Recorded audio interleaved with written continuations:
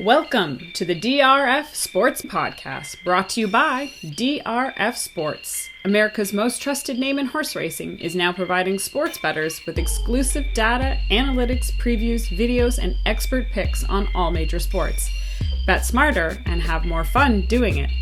It's the DRF Sports Podcast, and now your host, Sheldon Alexander. Ready, set, bet. This is the DRF Sports Podcast, episode 61. Don't forget to like, follow, and subscribe wherever you get your podcasts. I'm your host, Sheldon Alexander, and what a week of sports. March Madness finals, the Masters, the NBA playoffs are kicking into high gear. Of course, the MLB season is about to start. So much action to bet on, and of course, we'll have a lot more on that. But first, be a pro and win with DRF Sports Pro. Introducing DRF Sports' all-new premium data feature on drf.com/sports. For $99 a year, which is just $8.25 a month, you can get industry-leading betting trends, angles, and analytics. With the madness here, it's the best way for you to make some money and have fun while doing it. That's DRF Sports Pro. Sign up now at drf.com/sports. And hopefully, we will keep our pro picks going as well on the pod. More on the Coach K talk as, the farewell tour is over. We'll preview Monday night's final between Kansas and North Carolina. We'll also deep dive into some NBA action. Just catch up on what's going on with the play-in tournament and all that fun stuff. And to do that, we got our guy, Mr. Matt Russell, joining us. And that starts right about now.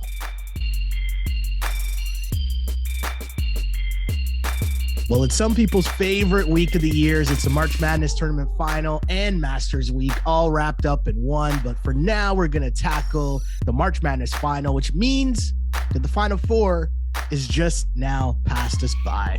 But what a Final Four it was, as we had Kansas dominating Villanova and a just classic game between North Carolina and Duke.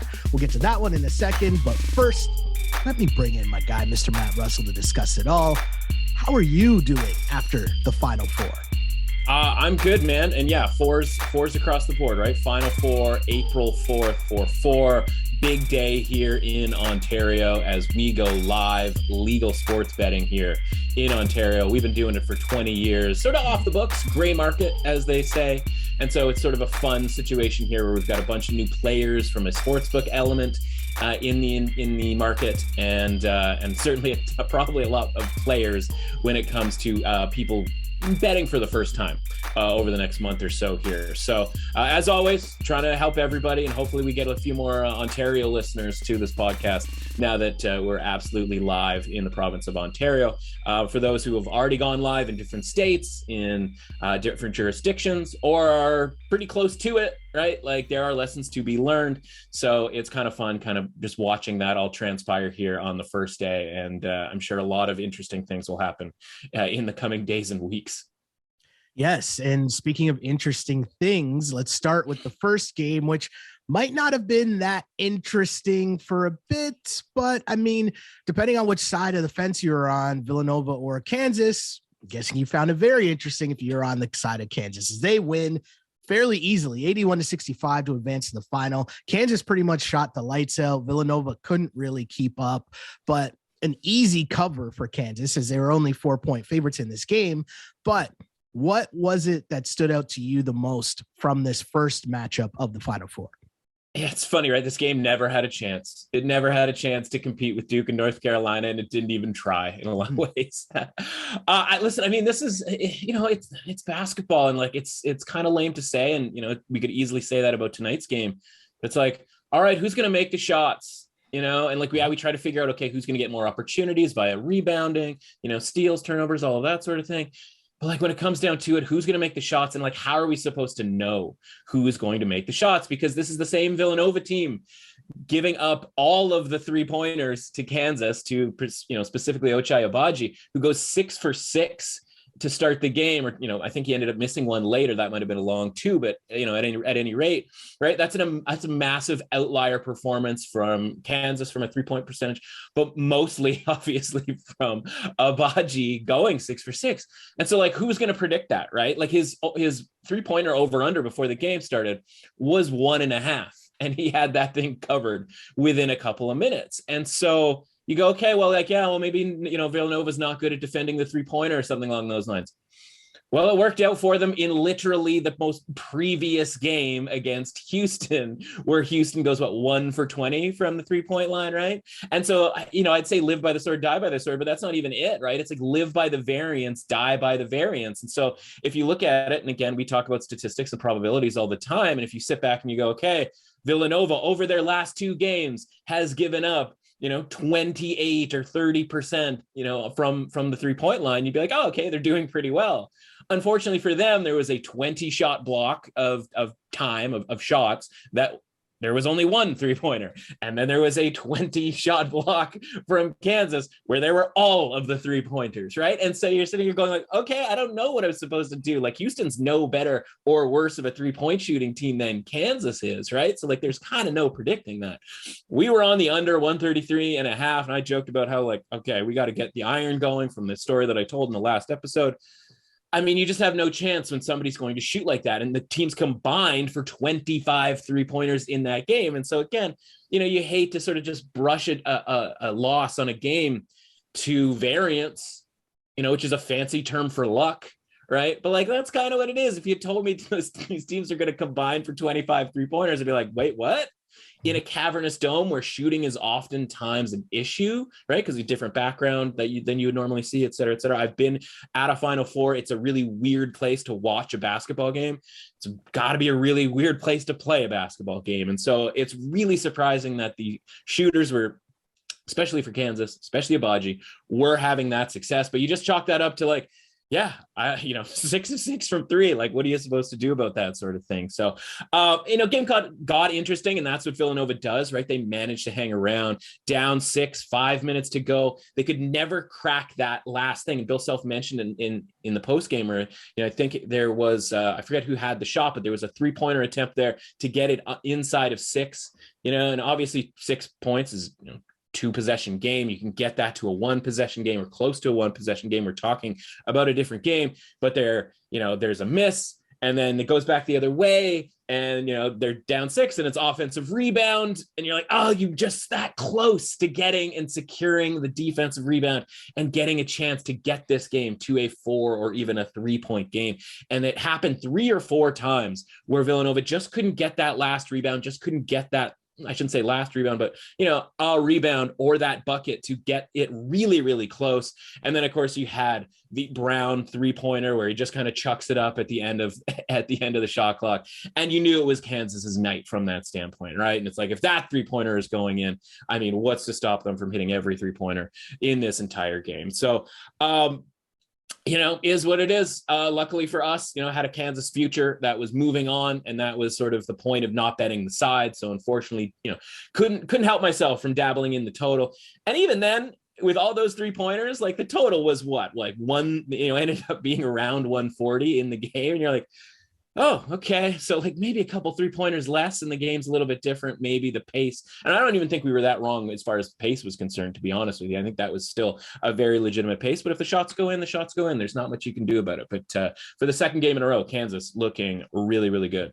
Yeah, and it's pretty crazy to think about, but because of the other side of the bracket and all the things that are going on, obviously with Coach K and, UNC's run, Gonzaga going down, like there's just so much else going on in the tournament and other sides of the bracket that Kansas's run has really been kind of under the radar. And I know that sounds weird because you're in the final, but there hasn't really been, I don't feel like, that much talk about Bill Self and even like the job that he's continuously done. I mean, I was on here slandering him a couple weeks ago, right? But like, there's not much talk of Kansas and like their path, and they've taken care of business like fairly easily all the way to the final. And there's not really that much talk about it. Do you think they're getting enough credit for the run they've had here, or does it really matter? Because at the end of the day, you're in the final. Who cares what everyone's saying, right? Yeah, you're right. It probably doesn't matter. But, that's kind of the point, right? Of, all right, if you get, we look at the bracket and the first thing we do is go, oh man, Kansas has a pretty nice road to the final. And we start talking ourselves into like, well, maybe Iowa could do it, maybe Auburn could do it, two teams that we weren't necessarily sold on. And so, when we're talking about, is it going to be Miami or USC that makes the regional final? Right. And then it's like, Wisconsin and Providence are in your bracket as well. You go, okay, I'm not going to give them that much credit. And, again, we're thrilled to have that route for Kansas for futures purposes, but they hadn't done anything to surprise. And you can make the case that, Villanova playing literally 5 guys from a depth standpoint without Justin Moore, obviously that's going to add up as well. And so when that game is a 6-point game in the second half, you've got the rest of that game with tired Villanova legs versus not so tired Villanova legs. If Justin Moore, was available, I don't know. We'll never know, right? Like obviously it's a one and done situation. And so, yeah, like Kansas doing what they're supposed to do, right? To quote a certain comedian who has been in the news lately. So, if they beat North Carolina and they win the national championship, like the banner goes up at Allen Fieldhouse, right? Like they will be fine with it. There has been tons of championships in history where people have a but or a what if or whatever. And it's like, yeah, but 10 seconds later, when that banner goes up, it's going up there forever and it's not going to matter. And so, we'll see what happens here with this game tonight. We'll have a pick on the game tonight. So, the credit is in the banner, I think, at this point. So, yeah. You are what your record says you are, and the record says right. Kansas is in the final. And said final, they will be taking on North Carolina as they pull off the upset, 81-77. Just a crazy, crazy game, a great game. And, keep saying this, but it's rare that games like that live up to the hype. And while watching it, I'm sitting there thinking, man, this is an amazing, amazing game. And it's prime time, Duke, North Carolina. I was watching with the girlfriend and trying to explain like yes, this matters, but here's like the real reason why it matters. And like going back through like everything. And it's kind of like, okay. Yeah. And then add in just the knockout punches going back and forth throughout that game. Just a great, great, great performance. And above all, the farewell tour, what a way to go. We'll get to that after. But in terms of just the actual game, we know that Duke was favored by 4 points. Mm-hmm. They obviously lose outright. Mm-hmm. Wow. What did you make of that upset by the University of North Carolina? It's funny. I think we had the same experience sort of watching that game because at one point I was like out loud and I don't know that I've ever done this. I just sort of said, and there was 10 minutes to go. And when I said that, I was just like, this is a great basketball game, right? Mm-hmm. Obviously being inside of 2 points for the extended period that it was in the second half. And just anytime one team had a run, the other team would run right back at them. There was just enough like low level chicanery as far as like, oh my God, Duke's got, has 8, North Carolina has 8 fouls. Duke only has 2. Like, what are some of these calls? Like anytime Banchero went anywhere near the paint after Coach K goes out of his way. And this is, it's funny, right? Like you don't think of it, but like you play to your strengths as a coach. Some guys are X and O's guys and some guys are just, are using the marionettes, right? And so Coach K, they have 2 timeouts left. There's like 8 minutes left, maybe even a little bit more than that, maybe a little bit less. Point is around 8 minutes left. He calls one of them and it is blatantly just to work over the referees. There was no like, gotta stop or run timeout. It was not a gotta, get to the grease board here and work on an out of bounds play or anything like that. It was like, no, me and I think it was Nolan Smith was the other guy, Coach K and Nolan Smith are like, all right, we are going to get after these referees during this timeout. And it worked. Because like Coach K knows it's 40 years, maybe 30 years of being able to manipulate the referees and get the calls the way that Duke always has. I think, by and large, we can all agree that they have worked that magic over the years. But he knows, he's like, I'm going to be able to get in this referee up in this guy's face, and we're going to get some calls here down the stretch. And that's what happened, right? And they end up getting to the line a bunch of times. And Coach K, after the game, it's funny, it's not about me. It's not about me. Because they lost. It's not about right, because they lost. But it's like then he just throws in casual asides like how he wished they had made more free throws. And to me, that's him saying like, I got you the free throws. I got you to the line. You guys couldn't make them, right? Yep. It's not about me. It's not about me. You know what? He's not technically wrong. Like I was sitting there watching the game being like missing so many free throws. Like that's just I joke around on this pod all the time about, when I was in high school and there was a strike. And so we had no sports. And so a buddy of mine messaged me because he wanted to coach at his old middle school. The girls basketball team needed a coach or else they were going to shut down. Right. They weren't going to have a team. And he's like, hey, man, we got no sports. Like, do you want to help coach? I'm like, yes, sure. Basketball. Let's go. But I bring all that up to say free throws every single time I'm watching a game now, no matter who I'm with, I'll always just yell free throws. They're free points because that's how I always emphasize to the girls. Yeah. Your free throws. It's literally free points. Yeah. You have and to as a coach of 40 years, he's got to be infuriated by that. And like he's created this opportunity for them. Yeah. And every level of basketball, the first thing you do and the last thing you do when you walk in the gym is you shoot free throws.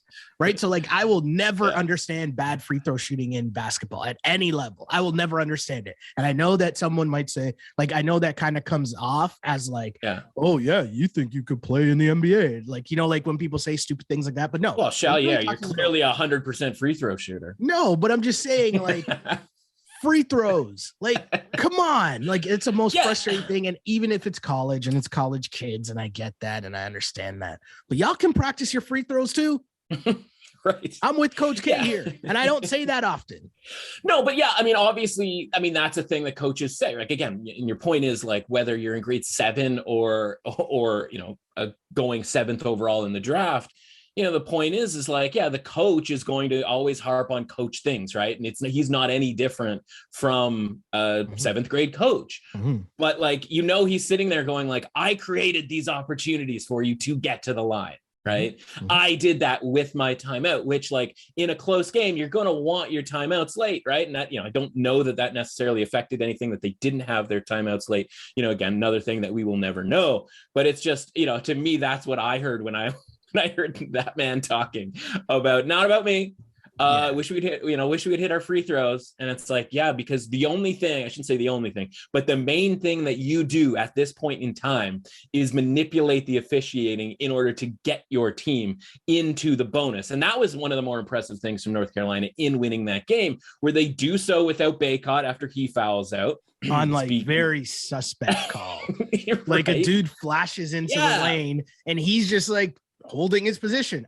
Foul. Yeah. Like, wait, what? For the 5th. And you're just like, that's the call. Like that's the one that you like, now you're going to make that call as if that play hasn't happened the entire game. But that's the point. Like that's the stuff that's attributed directly to K. Like it isn't some mastermind offensive genius or anything like this, or literally anything when it comes to drawing up plays or making adjustments or anything like that. His adjustment is, I'm going to put my foot on the neck of some officials here. And let's see what happens. And it works. And and that's why he's been able to do it. That's why he can take that timeout with a straight face, so to speak, because he knows, he's like, I'm going to get Baycott out of this game. I'm going to get us into the bonus here. And like, I'm not saying the whole game was skewed where there was some sort of conspiracy, because obviously a lot of people get in, weird, whatever conspiracy there was, right, got Duke to the Final Four against North Carolina. Like we did it, everybody. Like that was the victory in all of this, right? We had Chet Holmgren getting fouled out against Arkansas, so like Arkansas would be the matchup against Duke. Like that's the theory as far as a conspiracy is concerned. But once we get to Duke, North Carolina, it's just who's working the officials, right? And Hubert Davis doesn't have the cachet to get up in Bo Borowski's face and get a call late the way that Coach K did, right? And so you're sitting, you go like, man, you did it. And so again, I'm impressed by North Carolina, because that's the thing, like the grit and determination, whatever cliches you want to sort of use there, against their rival. I don't know if it was anybody other than Duke, if North Carolina pulls off that victory in that way, right? I mean, obviously, if they played a worse team than Duke, they could have beaten that team. But I'm just saying, like a team of the quality of Duke, where, we always like to quote shot quality. And listen, we were on the money line. We talk about losing the under on Kansas and Villanova, came right back on the money line on North Carolina in that game. So all's well that ended well in that game. So we're not complaining in any way, shape, or form. But I just look at it and I go, all right, like these calls aren't going to go North Carolina's way because they just never do when Duke is involved. And it's up to them to decide how they're going to handle it. And of course, when you have a guy like Caleb Love, who's out there being that dude, right, making those shots, and we saw that against UCLA, right? He was the guy who got them into the Final Four.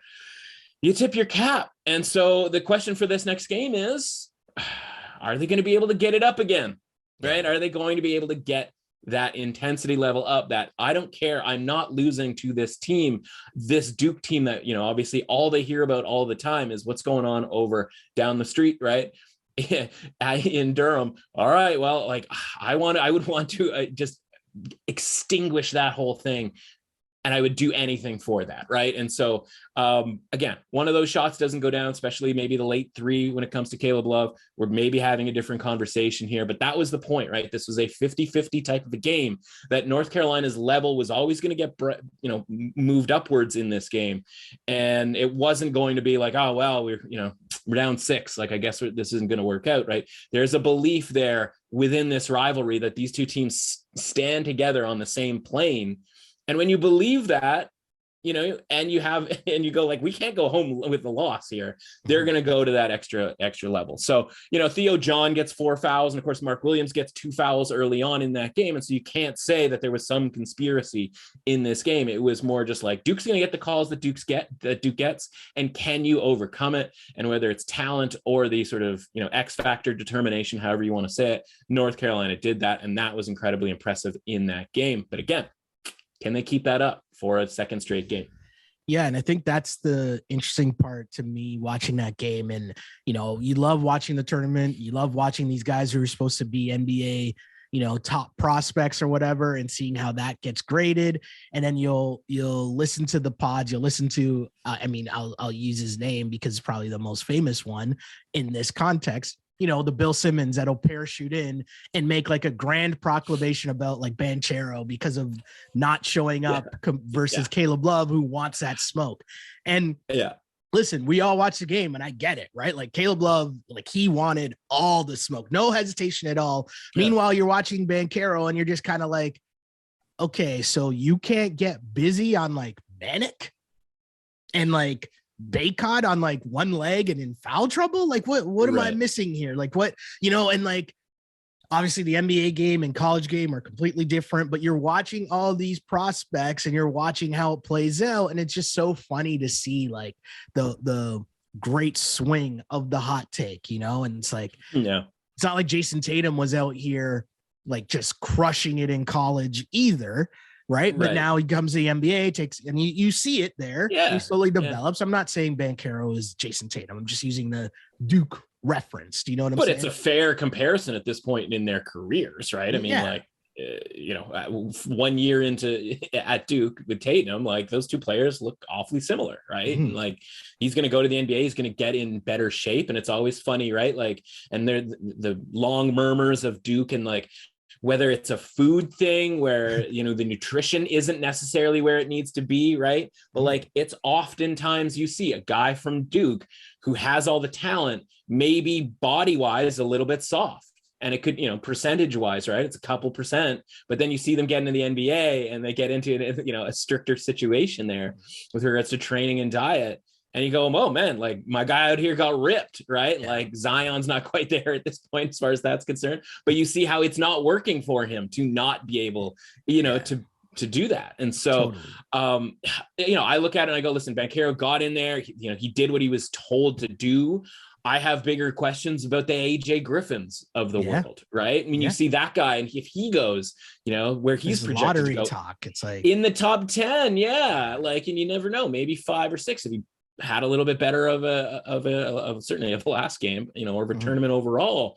And so you go, okay, you know, what was the expectation, right? Like he, you know, Banchero got his baskets, he got tough baskets, he drew the fouls that Coach K masterminded over there, right? Like I'm not going to beat him up for that, right? And so you're right. Like the hot take comes in, like, oh, I don't think this guy can play. It's like, okay, first of all, the NBA and the college game are drastically different games, right? And so like to take anything beyond sort of skill set and maybe demeanor, but like he wanted the ball. right? He wanted the ball, he got the ball, and he put it in the basket a lot of the time. Now, I mean, a couple of free throws missed, a couple of shots that didn't go down. Like, that's the type of thing that's going to happen. You know, again, the stage, the quite literal stage that these guys are on when it comes to the Final Four is just a different animal in its entirety, right? So I'm not going to beat anybody up about that, right? I just want you to grab a basketball and go to the hoop with it. And, you know, we'll sort of figure things out later. So before we get to the national title, there's one more line I kind of want to put out there. And basically, you know, Coach K is gone, or so we think. If we were to lay a line on the chances that Coach K, the farewell tour is not done. And really, I'm coming up with this on the fly because how can you really go out like that? Like, there's not a worse way. Like, even if they lost in like the second round to whoever they played in the second round, I don't remember. Yeah, that would have, there's no way that that's worse. Well, to Michigan State, okay, you know, that's you could see that, right? Like, we wouldn't have been like, no, it's not great, but we wouldn't have been like, we would have been like, that's terrible. But I don't know if it's as bad as losing to a North Carolina team again. This one lingers, right? This is what we said. Like, the rivalry ends this weekend. It's over. Yeah, it's over. It's over, right? Like, Duke fan can't say anything to North Carolina ever, and that was ever again. Point. But ever. Yes. I was like, I'm positive they're going to play again. I'm positive they're going to play 2 times. The ACC is not getting melted down here. Though at one point it seemed like you just might have to. But like, what is ESPN ever going to say about this matchup, right? Like, they're going to run the Jay Billis, right? Like, it never, whatever he says, like, it never fails to disappoint or whatever, it always delivers and blah, blah, blah, blah, blah. And it's like, but like, I'm sorry, but next Saturday, next February on a Saturday, it's just not going to ring the same, right? The bragging rights just aren't the same when it's John Shire and Hubert Davis out there. And like, that was the end of it. You don't often have, I don't know that you ever have, right? Because I make, listen, there's Yankees, Red Sox, you can go on forever about that. Like, in theory, the Yankees have, the bragging rights over the Red Sox, but like, not for the last 20 years. And like, that's the point in time that most people have been alive for these games, right? Like, I'm sorry, I just don't care what happened in 1920, whatever, as far as these two teams that are rivals, right? Here in Canada, we obviously have like Toronto Maple Leafs, Montreal Canadiens, that is very comparable, even more intense because of just the import that people here put on hockey. And then like, I get into like modern day sort of things where I think Canada US women's hockey is a massive rivalry that's right up there. It doesn't have the history, but it has the patriotism, especially up here. Obviously in America, people are like, I don't necessarily care all that much, maybe every 4 years once the Olympics roll around. But it's like, it's just two teams that just play each other all the time. And like, different games matter at a different level, but they play in the Olympic gold medal game all the time. And so, like, there's just a ton of really good ones, but they'll always continue on forever because the coaches don't matter. The players don't even necessarily matter in sort of a continuation of the rivalry type of a way.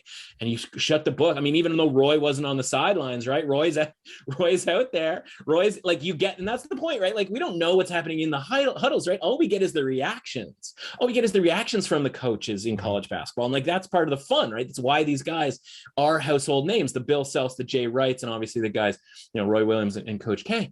And like, I don't care that Roy Williams isn't standing on the sideline. He recruited all those guys, right? He's like reacting. Like, I'm still visually watching Roy Williams react, right? Yeah. Like, fortunately, he's, he didn't pass away when he left, his coaching position. You're like, okay, there's Coach K reacting, there's Roy reacting. And honestly, you get more earnest reactions from Roy Williams because he doesn't have to have the coaching facade, right? He gets to actually be a fan. I can't imagine Coach K being up in like the 5th row next year and just cheering away. Like, sounds even more crazy than Roy, because obviously Roy a little bit more demonstrative. Coach K's coming back. He's coming back next year.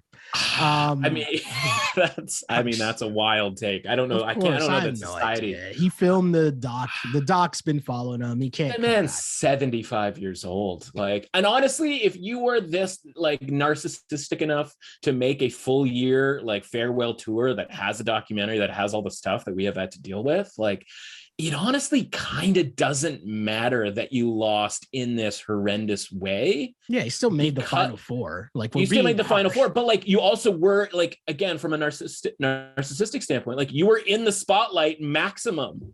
Yeah. Right. Like they could win the title next year and like you're not getting more spotlight. Now, was that spotlight necessarily all that great? No, but like for narcissists, right? Like it doesn't really matter, right? Like what does Terrell Owens ever care about what kind of spotlight he's getting, right? And go down the list. Antonio Brown doesn't seem to care about what type of spotlight he's going to get, right? All that matters is that people are looking at him. And to me, this is obviously, a less destructive way, but at the same time, right? Like he got, he knew that everybody wanted the press conference after, and he got to milk it, right? And you know what? I think sometimes that's enough for these people. I did laugh though at Coach K's wife. There was like 5 minutes left when she starts to make her way down to like, I guess like the bench area. No, but it was just weird. I mean, I don't want to slander the man's wife. That's not what I'm trying to do. But it was just weird to me that there's like 5 minutes left in the game and she's making her way from her seat all the way down again to make the documentary shot, right? Like that's what's happening. She's walking through the crowd after Duke hits a 3 to like take the lead and like high-fiving all the fans. And I'm like, you guys are celebrating. And I get it. You just hit a bucket to take the lead. There's like 5 minutes left in this game. Like there's so much that's going to happen right now. And what's going like it, everything about if there's anything I'm just so tired of. And it's just like, get out of here. If there's anything your girl Mickey knows, it's what the scene is like once that confetti starts coming down. Mm-hmm. And she's not looking to be middle of the scene, like, and the different shades of blue. And they didn't do it. I don't think they did a particularly good job sort of separating the Duke and the North Carolina people. Like it just seemed to be kind of a cluster more than any time I can ever remember, right? Where it was just a mix. And maybe because they're just taking all the money. They didn't care. Well, like, normally the Final Four, it's like, okay, you can, and again, I've been like, you can see the different quadrants where it's like, okay, like that's the, in my case, Oregon section, Gonzaga section, North Carolina section, 3 drastically different colors. We had 4 blue teams. So like the shades are all kind of like, all mixed and matched or whatever. But like, if I were her, I'd want to get out of there as fast as possible too. And maybe, I don't mean get out as far as like go, behind the scenes or like, I bet you listen, they win a lot of the time, right? I imagine she probably thought they were going to win that game too. But either way, I wouldn't want to be just sort of sitting in the mix of all of that chaos, especially if this game, had ended on a buzzer beater where things are going, going completely insane, right? Like, I'm not going to, knock her for that. I mean, get the old gal out of there. It's fair. I will say I did enjoy the meme of someone put the UNC mascot on Will Smith to obviously Coach K. Being Chris Rock. Inevitable. But I'm here for all of the jokes, all the memes. That was one of the funniest parts of Saturday night, enjoying Twitter and what Twitter does in those moments. It's so good. But now this brings us to the national title game, UNC versus Kansas. Kansas 4-point favorites. This is actually pretty simple for me here. And I know that Kansas, I just said the whole time Kansas has been on a great run, and I get all that. But matchups matter. And I think that the way that North Carolina plays, I like the fact that they can play with tempo. They can put points on the board. And talk about this very simply. If you give me a guard that can make plays, that wants to smoke late, give me that. And I'm getting points. I'll take North Carolina plus 4 points. Wow. Okay. We're going mano a mano tonight, my friends. Hey, that's totally allowed. Yeah, that is totally allowed. Listen, I don't disagree with you in a lot of ways here, right? But there's obviously a couple of elements, and one of them is, very mathematical, and the other one is very sort of, whatever the opposite of that is, right? And then we don't try to get all like wrapped up in that, but that I believe that there's no thing less predictable than college kids and how they're going to react on a day-to-day basis. And I just look at this and I go, can they get this up again? My answer to that is like, I doubt it, right? Like I just kind of doubt it. And so when I look at this game, right, side is -4, totals 152. To me, the total is, I'm not going to play that total. That's a really high total for, again, what I would normally say is a difficult shooting arena. And it wasn't for either of the games. As we somehow went from like 1-15 or something like that, or 1-11 in the Sweet 16 and Elite 8 games in the, towards the under. And now all of a sudden overs are hitting Okay, right? Doesn't make a ton of sense. But my point is like, we talk about higher total games, NBA, 230 some odd points, college basketball, we see some 120 point totals. We're up to 152 here. So to me, this -4 here doesn't have that distribution, right? It doesn't have a tight distribution. The points here are going to be spread out a little bit more, right? We're talking about a game that is, 80 to 72. Right? Instead of a game that's 60 to 52, right? To win by 8 points, and I'm just using 8 as a random number here, to win by 8 points when the expected total is like 120 is a lot harder than to win by a margin here when we're going to have more possessions, we are going to have more 3-pointers, we're going to have more shots. And again, this is going to come down to who makes more shots, right? Like we know this going in. But how do you create those shots is kind of the point of handicapping a basketball game, right? And so I look at it a couple of different ways. For one, right, they're talking about Armando Bacot, like how healthy is he going to be, right? Beyond the fact that he got fouled out in that game, right? There was some concerns whether he was even going to come back in the game. And there's a little clip of him saying, F it, right? When somebody said, so I was like, noticed he was checking back in. And I'm like, that's the situation, right? Like adrenaline is going, you can run it off, whatever. But to me, the issue is he took an MRI after the game, I think the next day. Well, if he was okay, I don't know that you take that MRI. I don't know that you bother doing that, right? Throw a little ice on it. It's a rolled ankle, right? We've all sort of had that happen. Everybody knows that feeling, and it either sort of lingers or it doesn't. And again, maybe it's sort of a precautionary type thing, but like we're talking about the national championship game here for Bacot. And I look at some of, you mentioned obviously basketball about matchups. I look at North Carolina and I look at Bacot down low. And like, I want to know, like, what are the matchups that they've dealt with, right? Obviously Marquette, they blew them out within seconds, but like that was always going to be North Carolina because Bacot, there wasn't anybody on Marquette that was going to be able to deal with Bacot. Mm-hmm. You had a shorthanded, relatively injured Baylor squad, right? Who is a small version of themselves. And mm-hmm. North Carolina is able to take advantage of that. And it isn't just Bacot getting buckets, right? Herbert Davis, after the game, he talked about, okay, well, what changed or what sort of allowed you guys to be able to come back or win that game? It's like, well, we worked from the inside out, right? We got it down low and then we were able to do stuff around that. And so, UCLA, right? We talked about how maybe their bigs were going to be able to neutralize Bacot because they have two of them that they can rotate in and out. And they almost did, right? I mean, Bacot, the best play that Bacot made was the save to Love and the 3-pointer there that changed that game late. Otherwise, that would have been probably pretty accurate, right? That UCLA was able to handle Bacot enough so that they were able to win the game. But he makes that play that has nothing to do with size, has much more to do with hustle, and they end up winning that game. And then, of course, St. Peter's, right, just wildly outmanned from a size standpoint. And then comes the game with Duke, and you go, okay, this is going to be an interesting matchup down low. But what happens? One way or another, right? Mark Williams gets those 2 fouls, 4 minutes plus into the game, and he ends up sitting for the rest of the game. And like Theo John is a big, usable body, right? But he can't play with Armando Bacot, right? Like, and again, he gets those 4 fouls and now he's compromised or whatever.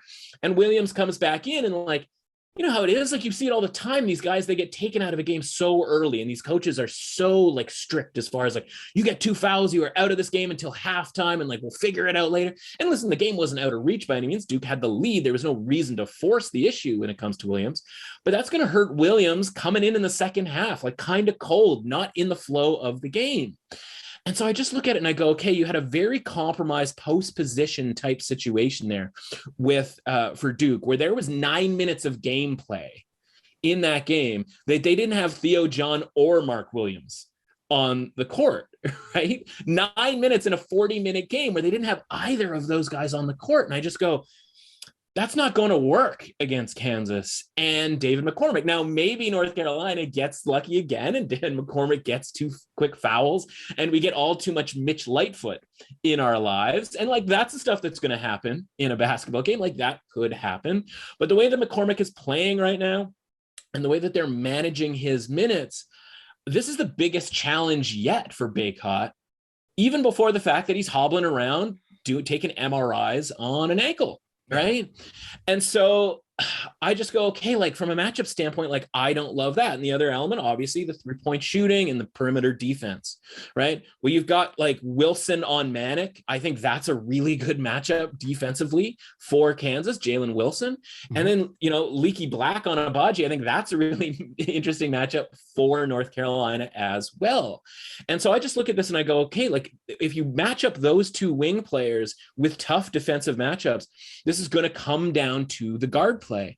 And I just look at it and I go between, I love RJ Davis, love Caleb Love, obviously wanting all that smoke. We love that stuff. But like the element of Harris, Brown, and Remy Martin off the bench for Kansas, I think is going to be the difference maker beyond the fact that it's not going to be as easy for North Carolina to create those shots because the rebounding isn't going to be the same as it was against Duke and some of obviously these other undermanned, size-wise teams. And that like, this first matchup that North Carolina is going to look the other way and be like, man, that Brown guy, he's pretty tall. And like Abaji, like, man, like these guys are bigger and more athletic than even Duke in a lot of ways, right? Like Duke has those pieces, right? But like Abaji's a lot more athletic than Banchero is at this point, right? And so I just look and I go like, this is not going to be as easy. Then you get into sort of the superfluous stuff, right? The being able to play this game after that game, right? And Hubert Davis said, he's like, I want my guys to celebrate it. Now they weren't out on Bourbon Street doing shots, I don't think, but like, he's like, I want them to enjoy this, right? Because that's sort of the point. Yeah. Meanwhile, like Kansas, like, yeah, we just took care of our business. We'd shown in the previous game that we didn't panic being down 6 points at halftime to Miami. We just came out here, we ran what we ran, we got open shots and we hit those shots. So like they're feeling really comfortable without feeling overly exerted, right? Yeah. And I just look at North Carolina and again, I mentioned like the 9 minutes that they played without Theo John or they had to play with not having to face Theo John or Mark Williams. The UNC depth is an issue too. And we just watched Kansas take Villanova and like, we talked about our guy, Archie Diacono, like what's he going to play? He played 1 minute in that game. They had one other guy come in. He played like a handful of minutes and didn't really do anything. Well, UNC is the same sort of deal. We had, your guy Poof Johnson in there for 9 minutes and he had a couple of nice little plays there, but they don't trust Styles. They don't trust McCoy down low. And so if there's ever a situation here where Bacot gets in foul trouble, right? Like maybe it's quote unquote his turn to get into foul trouble. And think about it. He got into foul trouble and fouled out with all of what I just said with regards to Theo John, Mark Williams, and the 9 minutes that they played without having either of those guys on the court, right? If he's going to get in foul trouble against those guys, even the Mitch Lightfoots of the world, it can potentially draw a foul against Bacot. Obviously, who knows what the refereeing situation was going to be. I felt like they were calling more blocks. They weren't as aggressive as far as calling charges in that game. And so that might be a problem for Bacot too, because if those guys are getting beat on the perimeter and Bacot has to defend the rim in that way, I think there's maybe an extra foul in there too. Yeah. And so again, I look at it and I go, okay, like that's a tough scene for the matchup. I don't know that you can bring that intensity in a second straight day because we just never see that when it comes to college basketball teams. Like I would make the point, listen, everybody watched that national title game last year and Baylor works over Gonzaga and everybody gets to make fun of Gonzaga for making the final of an NCAA tournament, I guess. But, how much of that was attributed to the fact that they played an all-time classic against UCLA on the Saturday night? Yeah. Right? Like not being able to bring your A game when UCLA brings their A game and you have to match that for 40 to 45 minutes and then have to play a really good basketball team that might have been better than you in the first place. What's going to happen? I kind of think that's what we might see again. Because what about North Carolina has ever shown us that they can put together two really good games? Because honestly, they haven't had to in this tournament. Marquette, they didn't have to do anything to win that game, right? They won that game in the first 5 minutes. And like, yes, they played a really good 30 minutes against Baylor. More power to them, right? Then a week goes by and they win. They play a good game against UCLA. But like St. Peter's was a walkover, right? They didn't have to show up for that.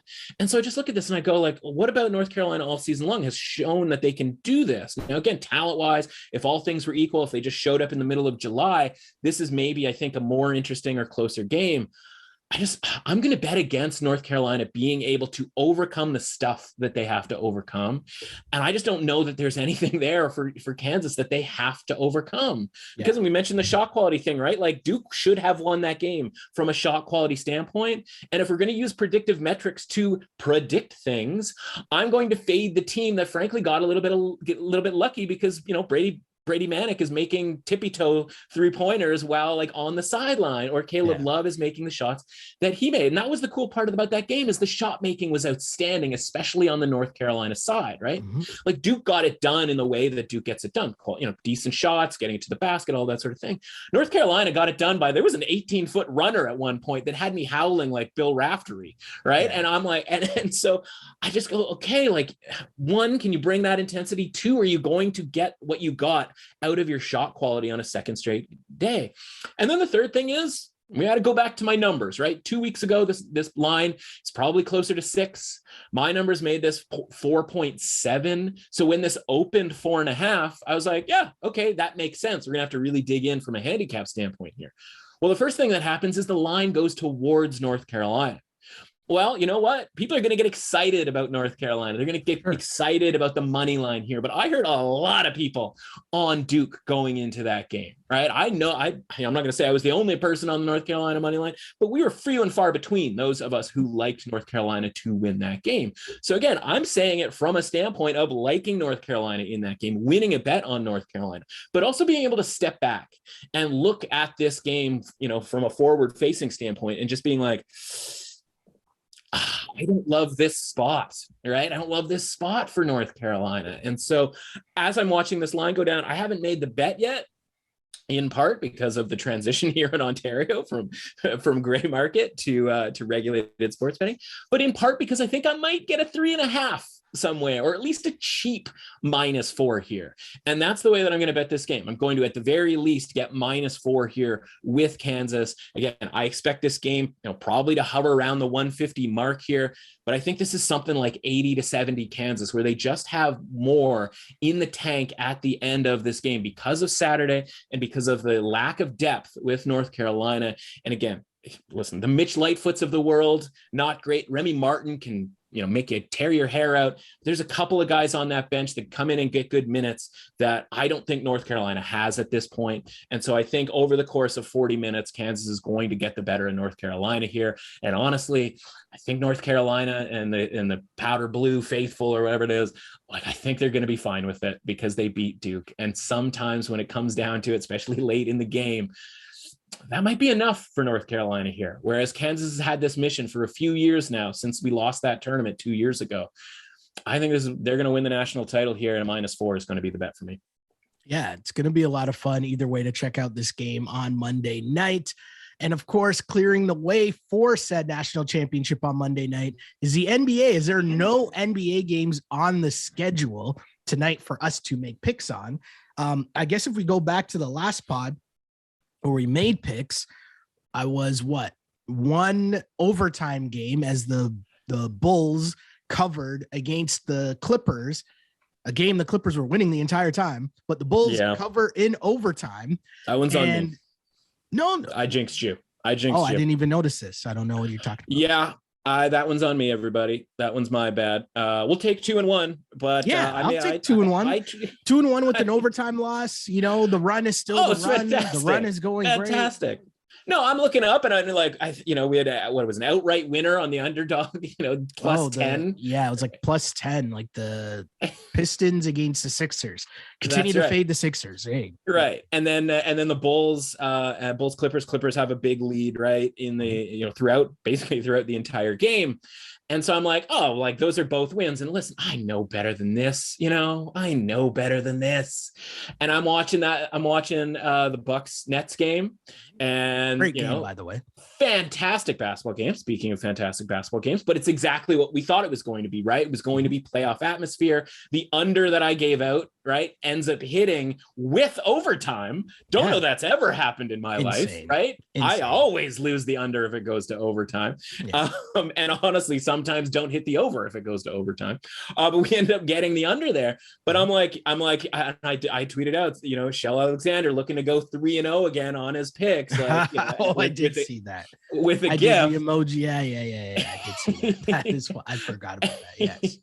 And then, like, honestly, like, I thought you did once they won that game, because I just assumed that the Clippers were going to win. Yeah. And then, like, the scroll goes down to the bottom like 20 minutes later. I'm like, oh no. Oh God, that went to overtime. Oh God, and the Bulls won and covered. Oh God. So that one's on me, everybody. I mean, listen, 3-1 altogether between the under and your 2-1. Like, we'll take it. But like, I got to be better as far as the jinxy tweets. I'm a reverse jinx guy through and through, not a jinxer. Like, I'm better than that. Well, either way, the NBA has been very entertaining down the stretch. And if we take a look at Sunday night's action, and I always give these numbers just because I find it very interesting in terms of, you know, people on an NBA night to night basis trying to bet on the NBA is super hard. And that's why I try to keep the focus on picking out teams, focusing in on their schedule and the runs that they're on, whether it's up or down, right? Because NBA favorites 8-4 straight up, but split 4-4 against the spread last night. And the most craziest line was obviously the Suns, 14-point favorites against the Thunder, and they lose outright. You can't predict that. How do you predict that? Right? The Bucks, even the Bucks, 6-point favorites, now 6.5-point favorites. I wasn't going to take the Bucks by 6.5. That's a lot of points, but they lose outright to the Mavs. Luka's hitting step back threes over Giannis, right? Like, who's predicting that? You just can't, right?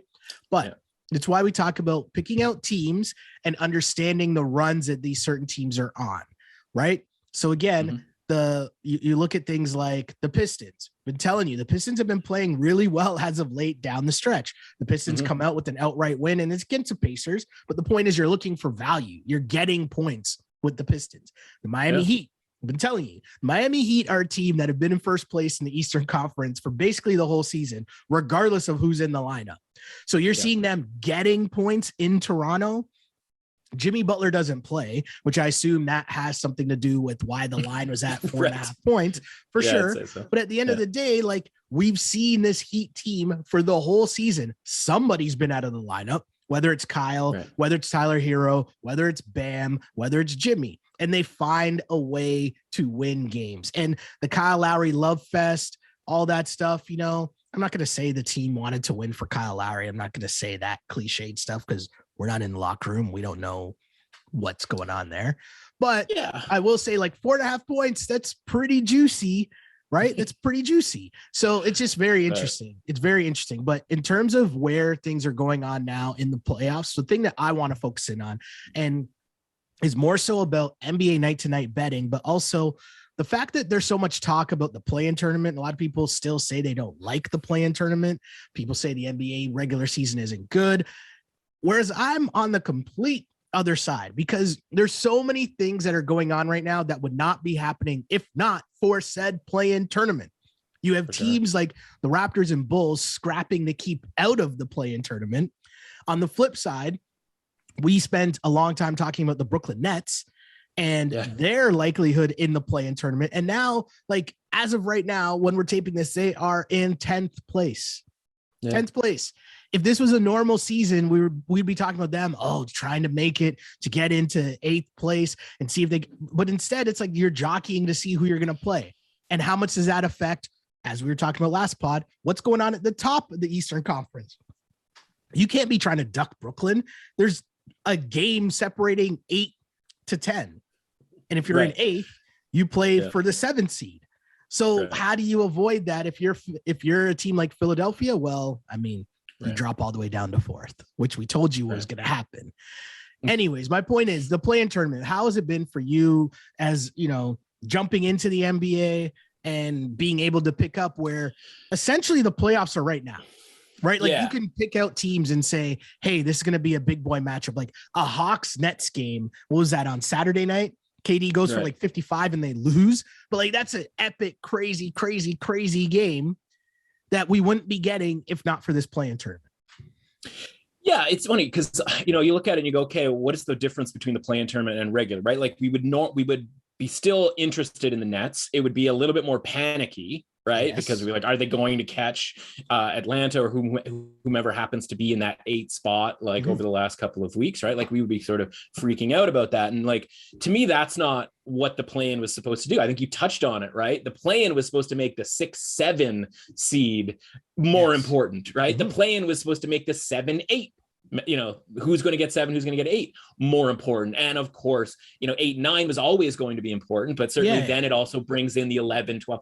Now, it just so happens this year that those teams aren't really in the mix, right? A little bit of a different situation in the West where you've got, right, the Lakers sort of clinging to dear life, or now dear death, right? But over the last couple of weeks with San Antonio sort of usurping them there, right? Like that wouldn't have existed before. We just have the Clippers sitting in the 8th and no one anywhere near them, right? Because the Pelicans are about like 4.5 games behind the Clippers, right? So like it means different things, different years. And literally this year, it means different things in different conferences. And like, that's the cool part. And so, I think up until this point, honestly, this little day off here, night off when it comes to the NBA actually kind of resets things where, if you can sort of, before the game starts, for example, tonight, maybe you take a little quick look and, you just mentioned some of these teams that are still playing hard out there, right? Like the Pistons are still playing hard. You mentioned the Mavs playing, 6.5 point underdogs, but like, that's a mid-pack playoff team with a star player. Like, and you say like, how can you predict that? Like, that's a valid point. Like the Nets are, no, it wasn't the Nets. Who did the Mavs? The Mavs played the Bucks. The Bucks. Mavs are playing the Bucks, and I was saying it's 6.5 points. That's a lot of points for the Bucks. And that's like, okay, that's a fair amount of points because yes, the Bucks are probably 6.5 points better than Dallas, but like, okay, the Thunder don't have Luka Doncic to be able to pull off that upset. Like to me, that's the more, the crazier result where it's like, oh, if Luka just went off and like they won a game that, by the way, like this is a pretty decent team anyway, 4th in the Western Conference, like I wouldn't be all that surprised. But to me, the interesting thing is the teams that like care here down the stretch, like the Thunder, I mean, they're 3-7, like that in their last 10, again, that might just be this massive outlier. Obviously the Blazers 1-9, 1-2-3 Cancun. Lakers 2-8, right? Like and again, LeBron hasn't played since we thought that he was going to keep playing. Yeah, so he came back. No, he came back, and him and Anthony Davis played on Friday, and then last night, ankle done. And it's kind of like, okay, that might be the end of it for the Lakers this season, right? Like, yeah, I mean, that's certainly 2 games with 4 to go. Yeah. Like you're not coming back from that, especially against the schedule that we listed last week. And so, like you look at something and like, there's a difference between the Kings who are 5-5 and the Blazers who are 1-9 in their last 10. Like one team cares, one team doesn't, right? One team is worth playing plus the points, so to speak, right? Same thing with Detroit, 5-5. The Pacers are 2-8. I expect a lot more out of the Pistons and Dwayne Casey than I do out of the Pacers over the next little while or the next week or so, right? And so, look at like the Wizards, right? Like where are the Wizards right now? Okay, 5-5. Obviously they're out of the playoffs, as is everybody else in there. Like, am I looking to bet the Wizards plus 11.5 against the Timberwolves? Honestly, kinda, right? 11.5 points. Like the Timberwolves, like points, I'll make this comparison. This is kind of a random comparison. Team Canada soccer goes and qualifies for the World Cup last Sunday. All right. My immediate instinct as a veteran sports bettor is I got to fade the bleep out of Canada in their last game, right? They're going to Panama, right? Like they're probably having a really good time on Sunday night. Their next game is on Wednesday. Like, yeah, okay, that's a relatively quick turnaround. They're athletes. They can be able to do this, blah, blah, blah. But we're going to get a great price on Panama for the draw. We're going to get a great price for them on the money line, all of that sort of thing. And like, if Canada can overcome, it's not different from the college basketball championship, right? If they can overcome these things, then I'll tip my cap, right? Yeah. But, and people go like, well, they still have something to play for, like which pot that they're in when it comes to the draw. And I'm here to tell you, Shell, like, I don't believe for 1 second that Team Canada cared about what pot they might find themselves in for the World Cup draw. Are they in pot 3? Are they on pot 4? I watched that draw. I know a little bit about soccer. I knew that there was not much difference between the teams that are in pot 3 and the teams that are in pot 4, especially in a one-game scenario of a tournament.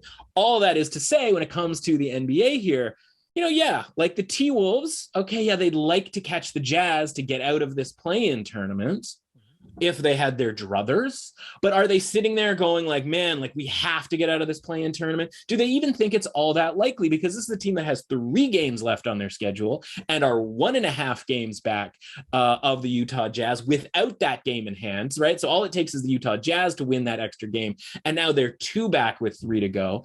They're not catching the Utah Jazz, right? Or at least there's not much reason to think that they would. And so they'll sit there and they'll be like, all right, we've got a home play-in game here. We got a backup plan of if we lose that game, we get another game to play in. My point here is like, yes, they're trying, but are they trying to the degree of 11.5 point favorites against another professional basketball team that also appears to be trying?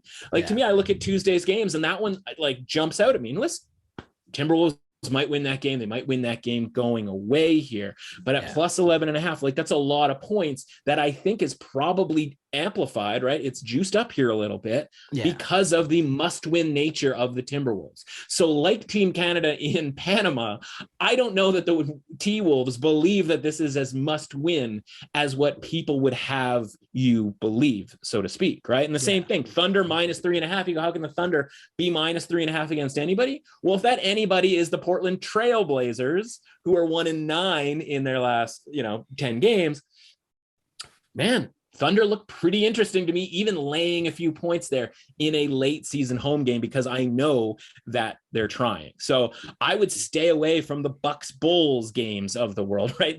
Like Brooklyn is 18-point favorites over Houston. Like, I don't really want anything to do with that, right? Hornets and Heat, some of these other, Hawks Raptors, really interesting game to watch because of obviously some of the jockeying and whatnot. Yeah. But like from a betting standpoint, some of these other games are way more interesting to me.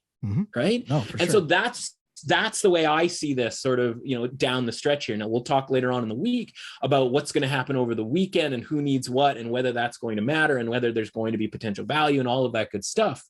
But like, this is, from a betting standpoint, this is the sort of dark corners, man. These are the cracks. These are the things that we should be looking at here. Not necessarily the games that you want to watch, but the games that you'll want to bet on here down the stretch. Yeah, definitely. Right. It just added into more teams that will be trying down the stretch. And hey, that's what makes the regular season matter. But in terms of the regular season mattering, that is the NBA story. Of course, we know that we have the college basketball final on Monday night. And as we all enjoy that, my friend, where can the people find you online where they might be able to, watch the game with you, let's say, with the tweets? Yeah, I was just hucking the phone across the room, not because I was mad or anything on Saturday, but I was like, I am locked into this basketball game. I'm a second screen guy. What do we have on the top screen? Like, let's get the phone going here, playing around with the Twitter, obviously, all of that sort of thing. But like in that game, I was like, no, this one's just me. This one's me in the game. And of course, the lady on the other side of the couch. And so, I don't know if I'm necessarily going to be that way tonight, but if I'm not, at MRUS Authentic, MRUSS Authentic, going to try to not tweet things about newly legalized sports books and the general chicanery that's happening.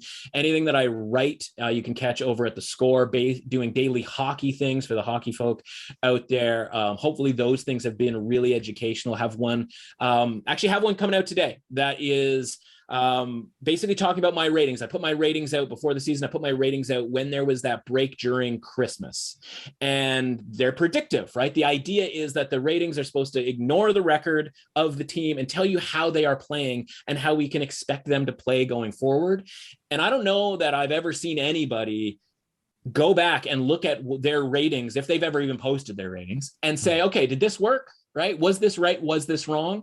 That's what I have coming out today. I'm looking back at December 21st, what my ratings were, and comparing them to the records on the money line of these hockey teams since then. And we're going to see, okay, which teams were we right about when it comes to the numbers, right? Which teams did and I'll give you one for free here, Shell, right? I had the Florida Panthers rated as my number one team in a predictive way back on December 21st. Their record was okay. They were certainly not in first place. Well, they have absolutely run through the NHL since then. And so I'll take a little victory lap on that. And it's not me, it's the numbers, but it's also being able to take those numbers and use them for good and not evil, right? And so being able to predict that this team is going to be better going forward. There are some teams that we think are going to be worse going forward. And as we get closer to the playoffs, a lot of this comes down to like, do I want to back this team in the playoffs or this team in the playoffs, right? And if these teams are being rated equally, but I think one has a better chance from a predictive standpoint of being better, that's where we're going to find some value in these series prices that you and I are going to dig into later in the month. Totally, man. Sounds good. And of course, make sure you check all of that whole grain goodness out online. Thanks again for stopping by, my dude. Thanks, brother. Appreciate it.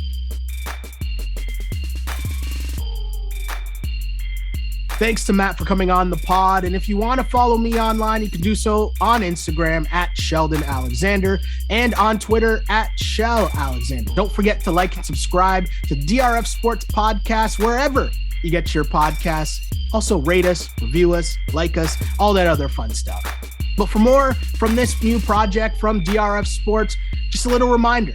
If you're unfamiliar with the letters DRF, stands for Daily Racing Forum, which has been around for over 100 years, giving you all of the horse racing information, data, and analysis. But now we've taken over the entire sports world. So if you want coverage on every football game, as well as the NBA, MLB, college sports, and more, head to drf.com/sports for all of the details and insights, as the site has all of the data on every game, including offensive and defensive stats, betting angles, line movements, key injuries, team stats, and more.